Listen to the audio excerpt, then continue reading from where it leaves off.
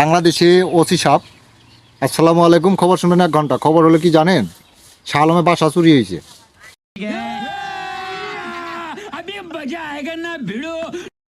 আপনার 400 কোটি টাকা বাসা চুরি হয়েছে। কি কি চুরি হয়েছে?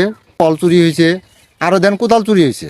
अच्छा हमको सिखा रिया है अच्छा কোদালও চুরি হয়েছে, আর ফল ফলান্তি বাগানও চুরি হয়েছে। ফল ফলান্তি বাগানও চুরি হয়েছে।